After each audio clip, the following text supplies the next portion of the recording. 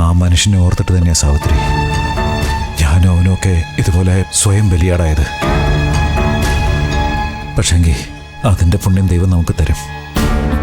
വക്കീൽ എന്തു പറഞ്ഞു? നാളെ തന്നെ ബെയിൽ ആപ്ലിക്കേഷൻ പോകും.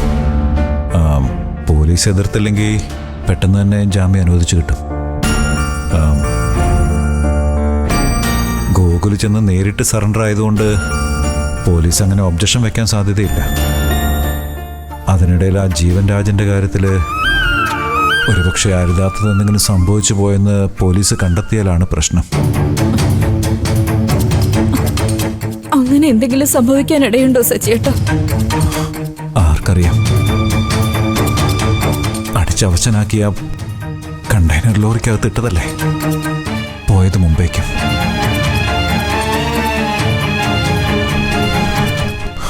എന്തും സംഭവിച്ചിരിക്കാം. എന്തും.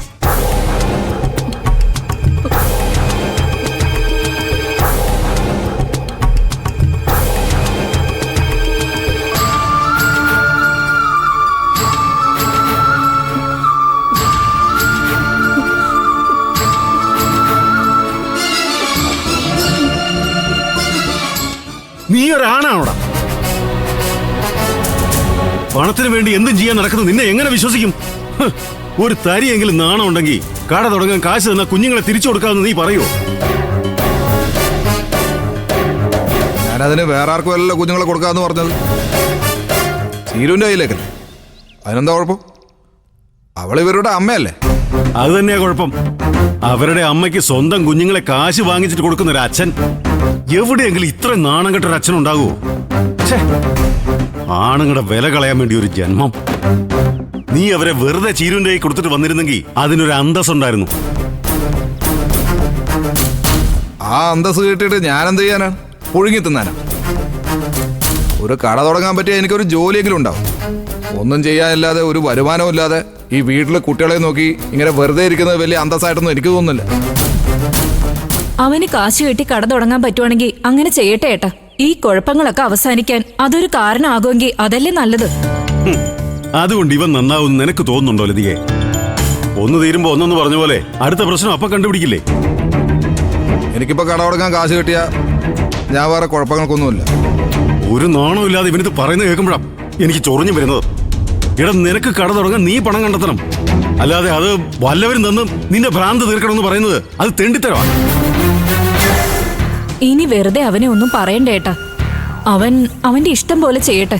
എനിക്ക് ഈ വഴക്കും ആ കുഞ്ഞുങ്ങളുടെ സങ്കടം ഒന്നും കാണാൻ വയ്യ. അവര് ചീരുവിന്റെ അടുത്താണെങ്കിൽ സന്തോഷമായിട്ട് ഇരിക്കുകയും ചെയ്യും. ഇവന്റെ പ്രശ്നങ്ങളും തീരും. ആ കട തുടങ്ങാൻ പറ്റിയ ഇവൻ നന്നാകുമെന്നാ എനിക്ക് തോന്നുന്നേ. നീയും അവന്റെ കൂടെ ആണെങ്കിൽ പിന്നെ ഞാനെന്ത് പറയാനാ? പക്ഷേ ഇതൊന്നും ശരിയാണെന്ന് എനിക്ക് അഭിപ്രായമില്ല.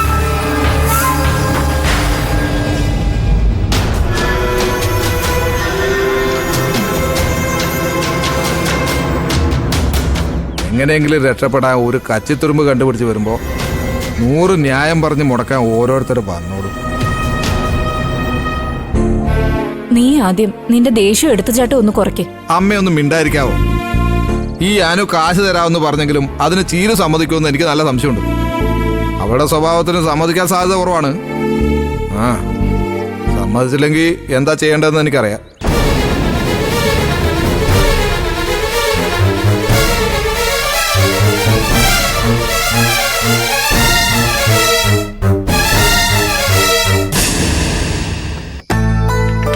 ഭാനുമേ, ഇതൂടെ അങ്ങോട്ട് വെച്ചോ. ഞാൻ ഇന്ദ്രേട്ടനെ ഒന്ന് വിളിക്കട്ടെ.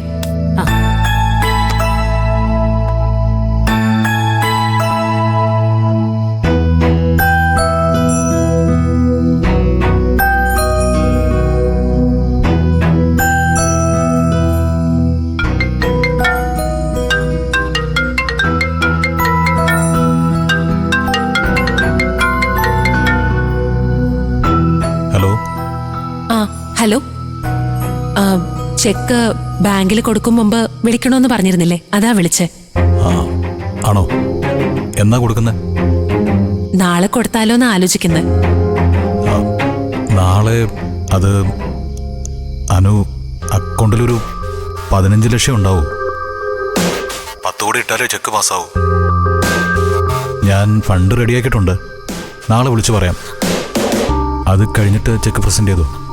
ശരി, വിളിച്ചാ മതി. പറഞ്ഞിട്ടേ ഞാൻ ബാങ്കിൽ കൊടുക്കൂ. ശരി.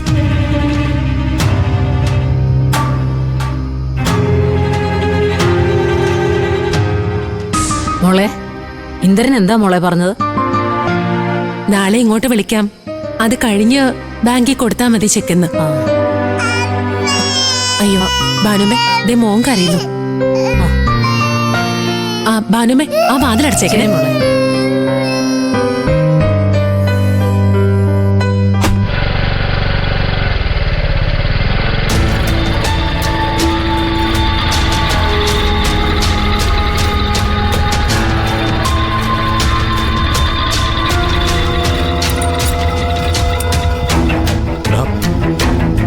ഓഫീസ് അടച്ചോ? അനു വിളിച്ചു. അടച്ചു. ചെക്ക് പ്രസന്റ് ചെയ്യുന്ന കാര്യം പറയാൻ വിളിച്ചതാ. അക്കൗണ്ടിൽ അത്രയും ക്യാഷ് ഉണ്ടോ? ഇല്ല. അയ്യോ, ഇനിയിപ്പോ നമ്മളെന്ത് ചെയ്യും? ക്യാഷ് കൊടുക്കാതിരിക്കുന്ന മോശമല്ലേ? അതെ, എങ്ങനെയെങ്കിലും നാളെ ക്യാഷ് കൊടുത്തേ പറ്റൂ. ചെക്ക് ക്ലിയറിങ്ങിനുള്ള ടൈം ഗ്യാപ്പ് ഇടും. ഇനി നാളെ തന്നെ അനുവേട്ടത്ത് ചെക്ക് ഇടുമെന്ന് പറഞ്ഞോ? ഞാൻ വിളിച്ചിട്ടേ ഇടൂ. പണം അക്കൗണ്ടിലില്ലാതെ ചെക്ക് പ്രസന്റ് ചെയ്തിട്ട് അത് മടങ്ങിയാൽ ശരിയാവില്ല. പിന്നെ ഒരു ലോൺ എടുക്കാൻ ചെല്ലുമ്പോൾ അത് വലിയ തലവേനയാവും. ആ, അത് ശരി. ഇന്ദ്രേട്ടൻ ടെൻഷൻ ആവണ്ട. ഞാൻ നാളെ പോയി പ്രതിഭയുടെ സ്വർണ്ണം എടുത്തുകൊണ്ട് വരാം. അത് പണയം വെച്ചിട്ട് നാളെ തന്നെ അക്കൗണ്ടിലിടാം.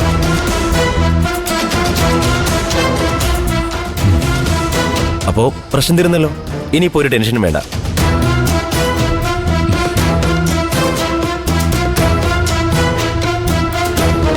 ശരി, വാ.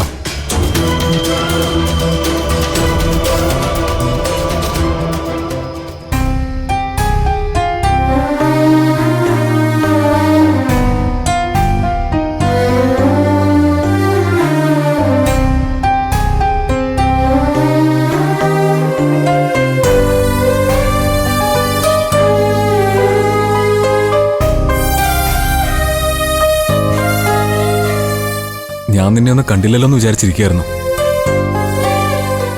ആഹാരം കഴിച്ചല്ലോ അല്ലേ? കഴിച്ചു രഘുവേട്ടാ. കുറച്ചേരം ഇവിടെ ഒന്ന് തനിച്ചിരിക്കണമെന്ന് തോന്നി. അല്ല, ഞാൻ വന്നത് ഡിസ്റ്റർബൻസ് ആയോ? എങ്കിൽ ഞാൻ അങ്ങോട്ട് പോവാം. അയ്യോ വേണ്ട, എനിക്ക് ഉറക്കം വന്നു തുടങ്ങി.